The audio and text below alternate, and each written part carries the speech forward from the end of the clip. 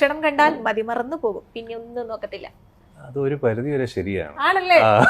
ഒരു വൈദിക സ്ഥാനം എന്തായാലും ഏറ്റിട്ടുണ്ടോ? പറഞ്ഞോ.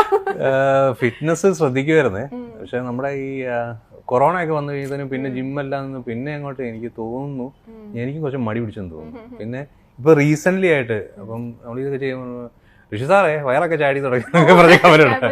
അവന്റെ വയറെന്നുള്ള എനിക്ക് വലിയ പ്രശ്നമില്ല. അപ്പോൾ അങ്ങനെ വന്നു കഴിയുമ്പോൾ ഞാനും പതുക്കെ ചെറുതായിട്ടൊക്കെ ഫിറ്റ്നസ് പിന്നെയും പതുക്കെ സ്റ്റാർട്ട് ചെയ്യാനുള്ള പരിപാടി ചെറുതായിട്ട് വീട്ടിൽ തന്നെ ചെയ്തു വരുന്നുണ്ട്. പിന്നെ ഫുഡും ഈ റൈസ് ഞാനിപ്പോൾ മാക്സിമം കട്ട് ഓഫ് ചെയ്തു.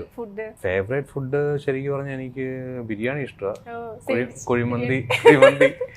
കുഴിമന്തി പിന്നെ പൊറോട്ട, എല്ലാവരെയും പോലെ തന്നെ പൊറോട്ട ബീഫ് എല്ലാം ഭയങ്കര ഇഷ്ടമാണ്. നമ്മുടെ ആ സെഗ്മെന്റ് സന്തോഷമായില്ലേ? ബുദ്ധിമുട്ടിച്ചില്ലല്ലോ. ഓക്കെ, അടുത്ത റൗണ്ടിൽ എന്ന് പറയുന്നത് A to Z ആണ് നമ്മുടെ റൗണ്ടിന്റെ പേര്. ഈ പറയുന്ന കാര്യത്തിന്റെ തുടക്കവും അവസാനവും പറയണം. അതായത് ഈ ഇത് ലൈഫിൽ സംഭവിച്ചിട്ടുള്ള ഏറ്റവും ആദ്യത്തെ ഏതാണെന്നും അവസാനം റീസെന്റ് ആയിട്ട് സംഭവിച്ചിട്ടുള്ള ഏതാണെന്നും പറയണം. ഓക്കെ, ഫസ്റ്റ് ഇത് ചെല്ലപ്പേരാണ്. ചെല്ലപ്പേര് എനിക്ക് അങ്ങനെ വലിയ ചെല്ലപ്പേരൊന്നും ഇല്ലായിരുന്നു സത്യം പറഞ്ഞാല്. നല്ല പേരുണ്ടായിരുന്നു സ്കൂളിൽ പഠിക്കുന്ന സമയത്ത്. അല്ല, പിന്നെ ഒരെണ്ണം ഉണ്ടായത് കേട്ടോ, പെങ്ങള് വിളിക്കും. എനിക്ക് ഭയങ്കര ദേഷ്യമായിരുന്നു കേൾക്കുമ്പോഴേ. എന്നാ പാപ്പി പാപ്പിച്ച, ഇടയ്ക്ക് പിന്നെ ഫ്രണ്ട്സ് എല്ലാം കൂടെ എടാ പാപ്പിച്ച, പിന്നെ പാപ്പിച്ചായ അങ്ങനെയൊക്കെ വിളിക്കുമായിരുന്നു. എനിക്ക് അല്ല അതല്ലോ, എനിക്ക് ഈ പേര് കേൾക്കുമ്പോഴേ ഞാനും സിസ്റ്ററും തമ്മിൽ 1 വയസ്സിന്റെ ഡിഫറൻസേ ഉള്ളൂ. ഈ പേര് കൂടെ വിളിക്കുമ്പോഴേ ഞാൻ ഇടി വെച്ച് കൊടുക്കുമായിരുന്നു നമ്മൾ പറയുന്നത്. ബോളിവുഡ് സ്റ്റാർ. ബോളിവുഡ് ബന്ധം ഉണ്ടെന്നൊക്കെ നമുക്കറിയാം. ബോളിവുഡ് ബന്ധം നമുക്ക് എന്താ ബന്ധം?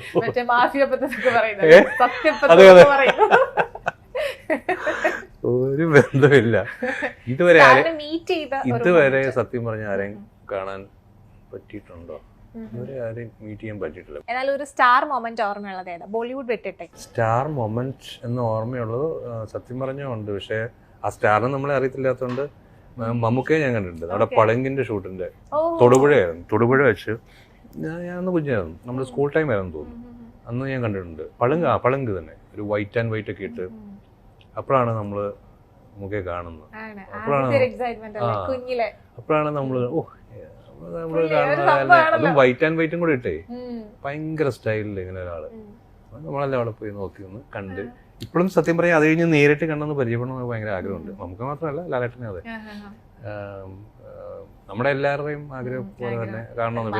പിന്നെ ഒരു തീർച്ചയായിട്ടും. പിന്നെ പൃഥ്വിരാജിനെ ഞാൻ കണ്ടിട്ടുണ്ട് കേട്ടോ. പൃഥ്വിരാജ് നന്ദനം ചെയ്ത സമയത്ത് അന്ന് എന്റെ അങ്കിളിന്റെ വീട് ഇവിടെ കടവന്തര, എന്റെ തൊട്ടടുത്താണ് ഇന്ദ്രജിത്തിന്റെ വൈഫ് ഹൗസ്. അപ്പൊ അവിടെ പൃഥ്വിരാജ് വന്ന് ഞാൻ നന്ദനം, അപ്പൊ ഞാൻ ഇത് മറ്റേ പുള്ളിയല്ലേ എന്ന് ഞാൻ ആലോചിച്ചതിനും പുള്ളി കയറിപ്പോയി. അങ്ങനെ പക്ഷെ ഒരു അഭ്യൂഹം ഇങ്ങനെ പോകുന്നുണ്ട്, ബോളിവുഡ് സ്റ്റാർസ് ഒക്കെ ഭയങ്കര കമ്പനിയാണ് ഇങ്ങനെ. എനിക്ക് തോന്നുന്നു ഈ ലുക്കും കാര്യങ്ങളൊക്കെ വെച്ചിട്ട് ചുമ്മാ ഏത് ബോളിവുഡ്. അടുത്തത് ഇച്ചിരി പാടാണ് ചോദിക്കാൻ, എന്നാലും പ്രൊഡ്യൂസറുടെ ആഗ്രഹപ്രകാരം ഞാൻ ചോദിക്കാണ്. പ്രണയ നഷ്ടങ്ങളൊക്കെ ഉണ്ടായിരുന്നു. ആദ്യത്തെ പ്രണയം തന്നെ പൊട്ടിപ്പോയി. അത് അങ്ങനെ തന്നെയാണല്ലോ. അത് ഭയങ്കര ഇഷ്ടം, എനിക്ക് ഭയങ്കര ഇഷ്ടമുള്ള ഒരു പെണ്ണുണ്ടായിരുന്നു. അത് ഞാൻ നമ്മൾ കോളേജ് പിടിച്ചോണ്ടപ്പോ ഞാൻ അമ്മയുടെ ഒക്കെ പറയുന്നത് ഇത് കണ്ടോ എനിക്ക് ഭയങ്കര ഇഷ്ടമാണ്. അപ്പൊ അമ്മ ഇതൊക്കെ പറഞ്ഞു.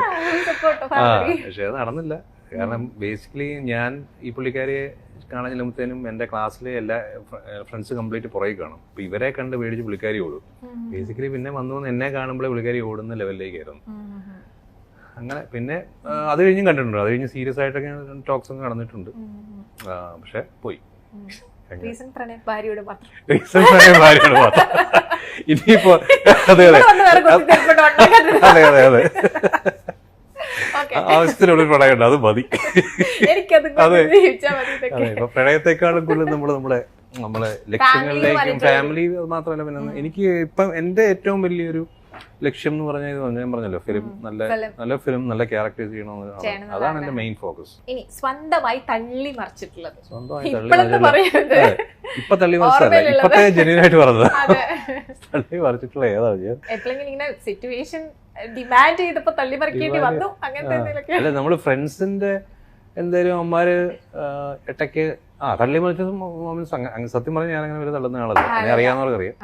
പക്ഷെ ഈ ഫ്രണ്ട്സ് ഒക്കെ ഇടയ്ക്ക് ചൊറിയാൻ വേണ്ടി നമ്മുടെ ഫ്രണ്ട്സ് ഗ്രൂപ്പിൽ പറയും സീരിയൽ ആക്ടർ, നിനക്ക് വേറെ പണിയില്ല, സീരിയൽ അവിടെ ജോലികൾ ഇവിടെ സീരിയൽ. അപ്പൊ അപ്പോഴും മറ്റേ തള്ള, എടാ നിന്നെയൊക്കെ എത്ര പേരറിയും, എടാ ഒന്നുമില്ല എന്റെ പേര് ഗൂഗിളിൽ തപ്പി എന്റെ പേരുണ്ട്, നീയൊക്കെ ഇത്ര വലിയ കമ്പനിയിലെ മാനേജർ നിന്നെയൊക്കെ ആരറിയാം.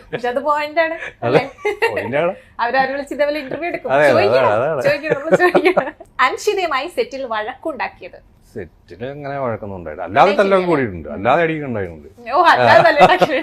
സെറ്റിൽ അങ്ങനെ സത്യം പറയാ, സെറ്റിൽ നമ്മുടെ അവിടെ ആരുമായിട്ടും അങ്ങോട്ടും ഇങ്ങോട്ടും അങ്ങനെ പ്രശ്നങ്ങളൊന്നും ഇല്ലാത്തൊരു സെറ്റാ, ഇതുവരെ ഉണ്ടായിട്ടില്ല. അവർ ചെറിയ ഇഷ്യൂസ് വല്ലതും ഉണ്ടായിട്ടുണ്ടല്ലോ ഉള്ളൂ, ഞാൻ അതിൽ ഇൻവോൾവ് അല്ല. അതുകൊണ്ട് ഇനിയിപ്പോ നമുക്ക് അടുത്ത ഒരു റൗണ്ടിലേക്ക്, അടുത്ത റൗണ്ട് എന്ന് പറയുന്ന ഒരു ജാക്ക്പോട്ട് പോലെ നമുക്കൊരു കുഞ്ഞു ഗിഫ്റ്റ് ഒക്കെ ഉണ്ട്. എല്ലാം കൂടെ ഞാൻ ആ ചെറിയ കാറ് മതിയാവോ? അവസാനം പോകുമ്പോ തല്ലാണ്ടിരുന്ന ഫൺ ആൻഡ് വിൻ എന്നാണ് ഇതിൻ്റെത്. ഇതിൽ 2 ക്വസ്റ്റ്യൻ ഉണ്ടാവും, ഒരു ടങ് ട്വിസ്റ്ററും ഒരു കുസൃതി ചോദ്യം. അപ്പൊ ഈ ടങ് ട്വിസ്റ്ററോ അല്ലെങ്കിൽ കുസൃതി ചോദ്യം ഏതെങ്കിലും ഒന്നിന് ആൻസർ പറയുകയാണെന്നുണ്ടെങ്കിൽ ഗിഫ്റ്റ് കിട്ടും. 2നും ഫെയിൽ ആവുകയാണെങ്കിൽ പിന്നെ പറയണല്ലോ, ഇങ്ങോട്ട് തന്നാ മതി. ഓക്കെ, പോവല്ലേ? എന്തൊരു എനർജി കുറവ് ഉണ്ടല്ലേ? ഫസ്റ്റത്തെ ടങ് ട്വിസ്റ്ററിലോട്ട് പോവാം. നാവുരുളി കേട്ടോ എന്ന് പറഞ്ഞു. നാവുരുളി. ഓക്കെ. രാമമൂർത്തിയുടെ മൂത്ത പുത്രൻ കൃഷ്ണമൂർത്തി. രാമമൂർത്തിയുടെ മൂത്ത പുത്രൻ കൃഷ്ണമൂർത്തി. രാമമൂർത്തിയുടെ മൂത്ത പുത്രൻ കൃഷ്ണമൂർത്തി. 3 പ്രാവശ്യം ഫാസ്റ്റ് ആയിട്ട്. രാമമൂർത്തിയുടെ മൂത്ത പുത്രൻ കൃഷ്ണമൂർത്തി. രാമമൂർത്തിയുടെ മൂത്ത പുത്രൻ കൃഷ്ണമൂർത്തി. രാമമൂർത്തിയുടെ മൂത്ത പുത്രൻ കൃഷ്ണമൂർത്തി. ഞാനേ ഇത് തെറ്റിച്ചാണ് പറഞ്ഞോണ്ട്. ക്വസ്റ്റ്യൻ ഇതാണ്, ഒരു ബക്കറ്റിൽ നിറയെ വെള്ളമുണ്ട്, ആ ബക്കറ്റിൽ 3 ഹോൾസ് ഉണ്ട്, ആൻഡ് എന്നിട്ടും ഒരു തുള്ളി വെള്ളം പോലും പോയിട്ടില്ല. അതിന്റെ റീസൺ എന്താണ്? ഒരു ബക്കറ്റ് സങ്കല്പിച്ചാൽ നിറയെ വെള്ളമുണ്ട്, നിറയെ, അതിന്ന് ഒരു തുള്ളി പോലും പുറത്തു പോയിട്ടില്ല. ഹോൾസ് അടഞ്ഞിട്ടില്ലല്ലോ, ഹോൾസ് തുറന്ന് തന്നെയാണ് ഇരിക്കുന്നത്. ലൈക് അതിൽ കൂടെ വെള്ളം വേണമെങ്കിൽ പോവാതിരിക്കുന്നത്, പക്ഷെ ഒറ്റ തുള്ളി പോലും പോയിട്ടില്ല ആ ബക്കറ്റിന്. ആ സെയിം ബക്കറ്റിന്റെ വെള്ളത്തിന്റെ മുകളിലാണോ തുള വന്നേക്കുന്നത്? വെള്ളത്തിന്റെ ലെവലിന് മുകളിൽ? അങ്ങനെയൊന്നുമില്ല, നിറയേന്നാ പറഞ്ഞത്. നിറയെ. ഞാൻ ആദ്യം കണ്ടുപിടിക്കും ഈ ആൻസർ എന്ന് പറഞ്ഞിട്ട് വന്ന് മേലത്ത് ചിലപ്പോ തെറ്റിക്കും പറഞ്ഞു, ഇപ്പൊ നേരെ തിരിച്ചായി. ആ ബക്കറ്റിന്റെ ഹോൾസ് അതിന്റെ പിടിയില്ലായിരുന്നു. എന്റെ പൊന്നെ, അതൊന്നും അല്ല കേട്ടോ, അത്രയും ചിന്തിക്കണല്ലേ. ഇവിടെ പോയാൽ മതി. ഓക്കെ, ഞാൻ തോറ്റു. ഒന്നും കൂടി ഞാൻ സ്ട്രെസ് ചെയ്ത് പറയാം, അപ്പൊ എന്തായാലും കിട്ടും. എന്തായാലും തോറ്റ് സമ്മതിച്ചല്ലോ. ഒരു ബക്കറ്റിൽ നിറയെ വെള്ളമുണ്ട്. വെള്ളമുണ്ട്, അത് ശരി. ശരി, അതാണ് ഞാൻ സ്ട്രെസ് ചെയ്ത വെള്ളമുണ്ട്. ദൈവമേ, ഇത് മറ്റേ നമ്മുടെ ജയറാമേട്ടൻ പറയുന്ന പോലെ മറ്റേ ഇതിന്റെ പരസ്യം പോലെ രാംരാജ്, നമ്മുടെ അഭിമാനമുണ്ട്, ആ മുണ്ടായിരുന്നു ഈ മുണ്ട്. പക്ഷെ എന്തായാലും ആള് ഫസ്റ്റത്തെ ടങ് ട്വിസ്റ്റർ ശരിയാക്കിയതുകൊണ്ട് സമ്മാനമുണ്ട്. ലോറി വിളിക്കണോ? ലോറിയില്ല, തെറി വിളിക്കും, അതാണ് എനിക്ക് പറയാനുള്ളത്. എന്തായാലും വിളിക്കും. ഇതെന്നാ പൊറോട്ട ബീഫ് വേണം? അതെ, സർപ്രൈസ് പൊറോട്ട തുറന്നോക്കി. റഷി സാറിനൊക്കെ ഇഷ്ടമുള്ളൊരു സാധനം. അതെ, സൂപ്പർ. കിട്ടി. ഗിഫ്റ്റ് ഇഷ്ടപ്പെട്ടു. മുറുക്കിനോട് എന്തെങ്കിലും പ്രേമം? ടച്ചിങ് ആയിട്ട് യൂസ് ചെയ്യാം. ഓക്കെ, ഫേവറേറ്റ് ബ്രാൻഡ് അങ്ങനെയൊന്നുമില്ല, വിസ്കിയാണ് ഇഷ്ടം. അപ്പൊ എന്തായാലും അടിപൊളിയായിരുന്നു. ഗിഫ്റ്റൊക്കെ ഇഷ്ടപ്പെട്ടില്ല? പിന്നെ ഞങ്ങൾ കഴിഞ്ഞ പ്രാവശ്യം കടലമുട്ടായി കൊടുത്തു, എന്തായാലും അതിനേക്കാളും ഞങ്ങൾ അതുകൊണ്ട് പ്രശ്നമില്ല. അടുത്ത ഫൺ അൺലിമിറ്റഡിന്റെ ലാസ്റ്റ് റൗണ്ട് ആണ്. ഈ റൗണ്ടിന് ഒരു പ്രത്യേകതയുണ്ട്, ഇത് കോൾ ഓൺ ഡിമാൻഡ്. ഓക്കെ, എല്ലാ കഥയിലും നായകന്മാർക്ക് നല്ല ശക്തരായ വില്ലന്മാരുണ്ടാകുമല്ലോ. ദാ ഇവിടെ ബിബിൻ ചേട്ടന്റെ ഒരു വില്ലൻ വന്നിട്ടുണ്ട്. എന്താ സർപ്രൈസ് ആയോ? ഷോ അത് ഇങ്ങനെ ചോദിക്കണ്ടല്ലോ, എന്താ സർപ്രൈസ് ആയോ? അത് വേണ്ട, നമുക്ക് ഒന്നും കൂടി മോഡുലേഷൻ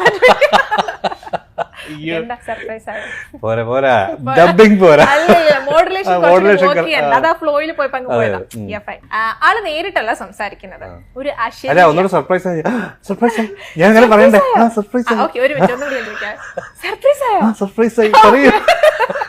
ആളെന്തായാലും നേരിട്ട് വരുമോ സംസാരിക്കോ ഒന്നുമില്ല, നേരിട്ട് കാണാൻ ആൾക്ക് ഇഷ്ടമല്ല എന്നൊക്കെ. അപ്പൊ എന്തായാലും ആളുടെ ഒരു അശരീരി നമുക്ക് വേണ്ടിട്ട് സെൻഡ് ചെയ്തിട്ടുണ്ട്. ആ അശരീരി കേട്ടാലോ? ഹലോ ബിബിൻ ബ്രോ, നമസ്കാരം. ഇത് അഭിമാധവാണ്. നിങ്ങളുടെ കൂടെ എവിടെയിലെ പ്രശ്നക്കാരനായ മോഹനൻ. അപ്പോൾ ഇന്ത്യ ഗ്ലിറ്റ്സ് എന്ന് വിളിച്ചിട്ട് ഇന്നത്തെ ഇൻ്റർവ്യൂ ബിബിൻ ജോസുമായിട്ടാണ്. അപ്പോൾ മോഹൻ ഋഷിയോട് നേരിട്ട് എന്താണ് ചോദിക്കാനുള്ളതെന്ന് ചോദിച്ചു. അപ്പോൾ മോഹനായിട്ട് തന്നെയാണ് എനിക്ക് ചോദിക്കാനുള്ളത്. മോഹൻ ഒരുപാട് ഋഷിയെ കാണാനായിട്ട് ശ്രമിച്ചായിരുന്നു, ഇതുവരെ നടന്നിട്ടില്ല. അപ്പോൾ ഇനി റാണിയമ്മയുടെ കൂട്ടുപിടിച്ചോ മറ്റോ നിങ്ങളുടെ കോളേജിൽ ഒരു അധ്യാപകനായിട്ട് മോഹനൻ വരുവാണെങ്കിൽ നിങ്ങൾ എങ്ങനെയായിരിക്കും പ്രതികരിക്കുക എന്ന് അറിഞ്ഞാൽ കൊള്ളാം. എടുത്തോണ്ട് അടിച്ച് ഓടിക്കുന്നു.